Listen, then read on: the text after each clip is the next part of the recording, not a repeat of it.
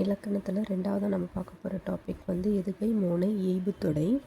இதில் வந்து நீங்கள் இது வந்து ஒரு கொஷினாகவே கேட்டிருக்காங்க.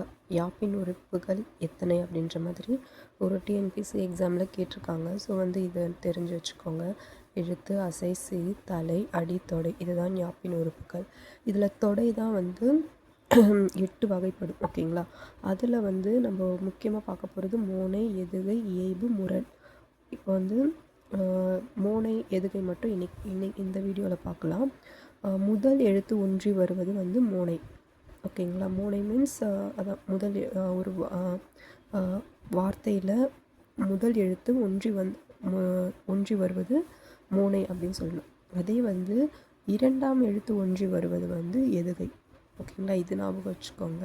கடைசி எழுத்து வந்து ஒன்றி வந்தால் அது வந்து இயைபு. ஒன்றுக்கு பின் முரணாக வருவது வந்து முரண்.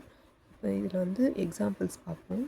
மோனை, தொடை அப்படின்னா இங்கே இந்த செயல் ஒன்று கொடுத்துருக்காங்களா, திருக்குறள்.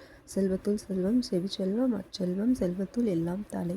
இதில் வந்து சேன்ற வார்த்தை பாருங்கள், முதல் வார்த்தை. அது வந்து மேல் என்ன சொல்கிறது, சீர். இதுதான் ஒரு சீர். ஓகேங்களா? ஒவ்வொரு சீர்லேயும் முதல் எழுத்து வந்து ஒன்றி வருது, சேமாக வருது.